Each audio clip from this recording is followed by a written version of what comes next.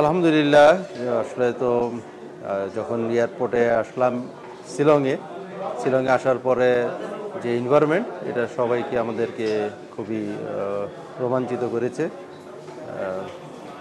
Overall জার্নিটা যা ক্লান্তি যা ছিল এই পাহাড়ি রাস্তাতে আস্তে আস্তে সবাইকে আমরা খুব আনন্দ এনজয় করেছে সবাই।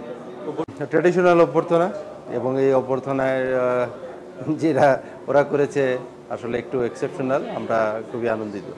যে সময় আমরা ওঠার পরে কিছু ওই রিল্যাক্সের জন্য যা করার দরকার সেটা করবে। হ্যাঁ, আলহামদুলিল্লাহ আমরা সবাই সুস্থভাবে হোটেলে পৌঁছাতে পেরেছি। যদিও এটা লং ছিল একটু, বাট আলহামদুলিল্লাহ সেফলি আসতে পেরেছি। সেই ম্যাচটা নিয়ে কি বলবেন?